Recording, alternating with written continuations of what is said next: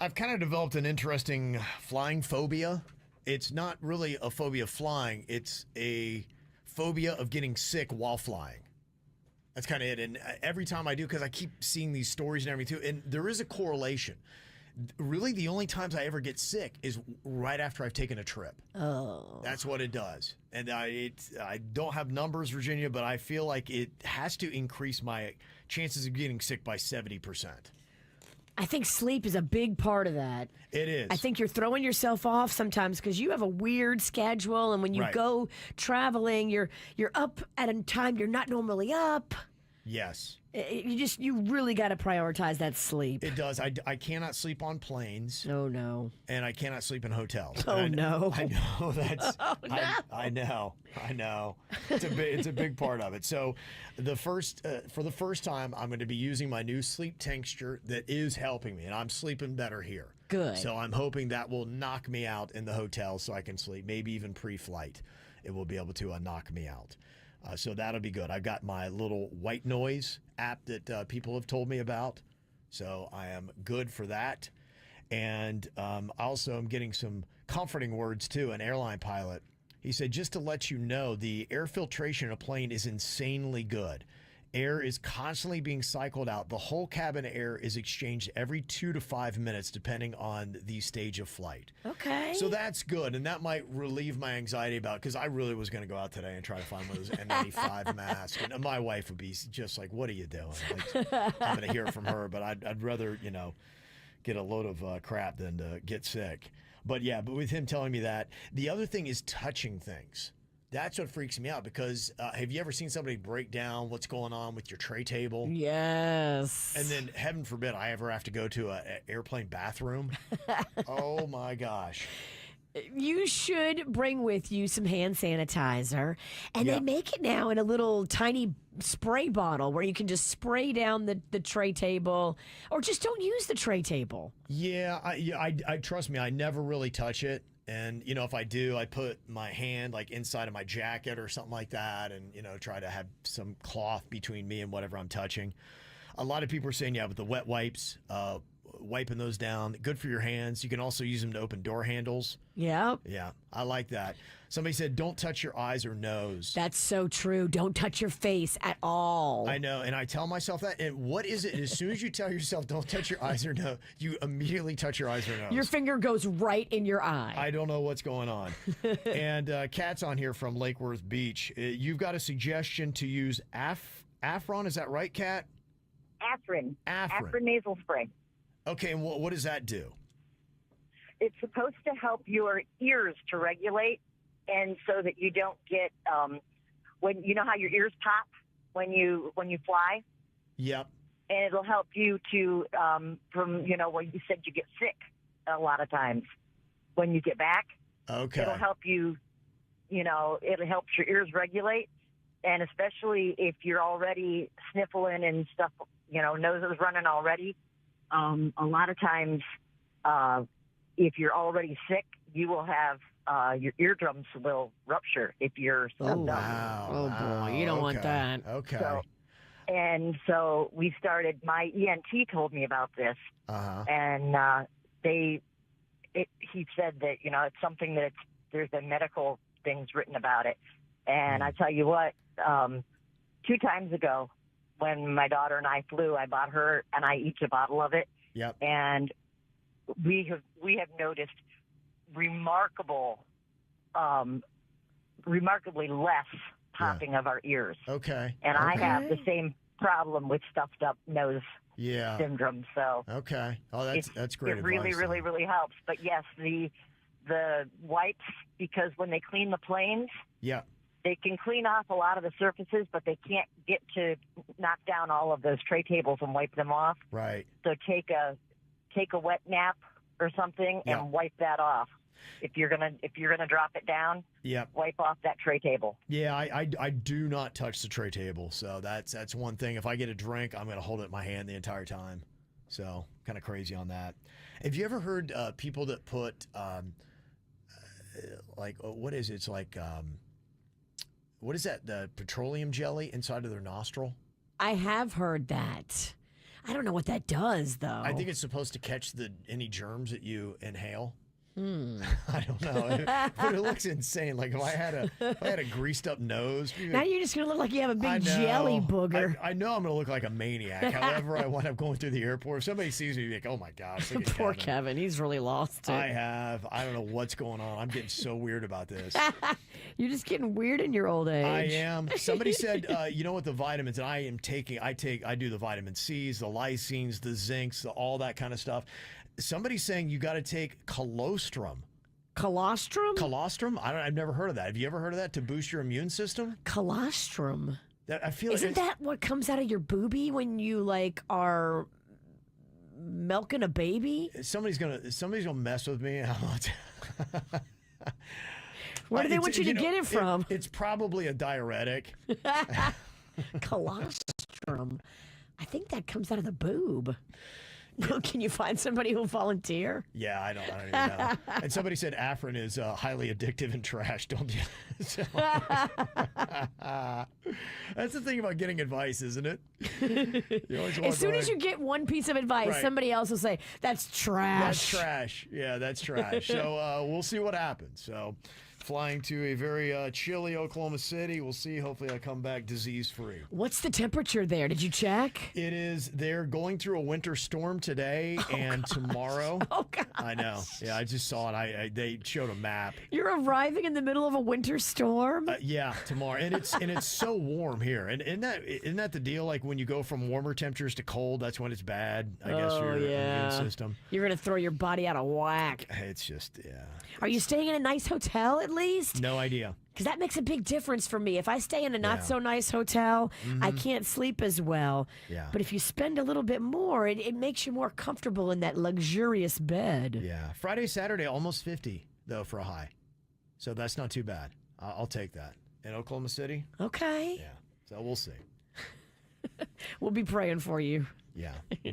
Somebody said the colostrum is in breast milk. It's not for colds, but instead it used to generally boost your immune system. Apparently it comes from a cow. After they give birth, it comes in powder form. Don't look at me. I'm dry over here. I don't got none left to give you. Okay. Colostrum. That might be my new pickup. So I do appreciate all the feedback. Apparently there are a lot of people that do what I do, and every time I fly, it's getting more and more intricate. Just the production I put on to try to remain disease-free on flights. I've gotten insane. And like I said, I'm recognizing now, I think I've developed a fear of flying, not of crashing, of getting sick on a plane. You've worked yourself into a frenzy about this. I have, because, look, for me, there's nothing more important than not getting sick. So I can't. I get sick. It's just the one thing in my life. So I do all kinds of stuff that already, every day. I take like 8 different vitamins every day just to try it in. It's all that stuff to boost your immune system and sleep and whatnot. Michelle from Pembroke Pines, she was saying, yeah, I do the Clorox wipes and hand sanitizer. Never fly without them. Okay. Good. Yeah, I'll try to get a little packet of that. I think we might have one from the last trip. I just got to see. So she said, and do the elbow rest, the screen, the entire tray, the window cover, the seat belts. Then I use hand sanitizer, and it's not until I've done this whole routine that I'm able to even relax. Yeah. There you go. But once you do the routine, then you relax and take your little tincture and try to get some sleep. Right. Because that is the most important thing you can do is sleep. Yeah. Remy said, stop worrying about something you can't control. See, I disagree. I think you can control this because you can go in there cavalier, right? Totally. With no preparation. You can go into the South Florida Fair like my son Rocco, who immediately jumped on a ride and licked the arm thing. Oh, geez. Yeah. I was like, what are you doing? And then sure enough, a couple days later, guess who had the flu? Right. Okay. There you go. He licked the arm thing. Yeah. Like, what are you doing? Now, Janky sent in this suggestion. She said, start taking airborne daily 3 to 4 days before your flight and continue 3 to 4 days after. I'm a little late on that, but I will follow that maybe the next time. Airborne Okay, that is the name of it. See, that sounds like a product that's just made for people that are afraid of getting sick on flights. I think that's vitamin C. So if you're already doing that, I think you might already be dosing. I do that. Yeah, I'm gonna double my vitamin C intake. What's an airborne? Okay. And Mary said, Kevin, for your flights, you can use Mepron ointment. It's MEPRON around the edge of your nostrils. It's an antibiotic ointment. Yeah, that's the one thing I haven't done yet. I'll have to look at that. Okay, Mepron, and Angela said Amazon sells nose and nasal sanitizer. Great for travel. It's an antiseptic that you put on a Q-tip. You swab the inside of your nose, and it kills the germs. Huh. Okay. Looking into that. That's interesting. Yeah, all right. So getting some good suggestions here. Okay, the airborne has, yes, a lot of vitamin C and also other stuff you already take, like the zinc. I do zinc. It's also got vitamin A, E. And what did you say, elderberry? Is that what you were taking? Elderberry is what I took. My girlfriend pulled me aside and she's like, do the elderberry. So I've just been doing so much elderberry and it got me feeling great. Okay. The elderberry I was taking has zinc in it as well. All right, I'm going to look into that as well. I don't know what's going to work, but if you do everything, maybe it'll all work. I'm going to go straight home, and I'm going to start prepping for a flight tomorrow. It's going to take me 12 to 14 hours to get ready for this flight. Chris said I use something called Nasal Guard from Amazon to keep from getting sick. It's an ointment you put in your nostrils. Huh. Yeah, okay, so I got to have something like that. He said, I've heard you also can use Neosporin. Just put a little on a Q-tip, put some in each nostril. So I tell everybody about Nasal Guard, okay? But then now you have Neosporin in your nose. Like, that doesn't feel weird?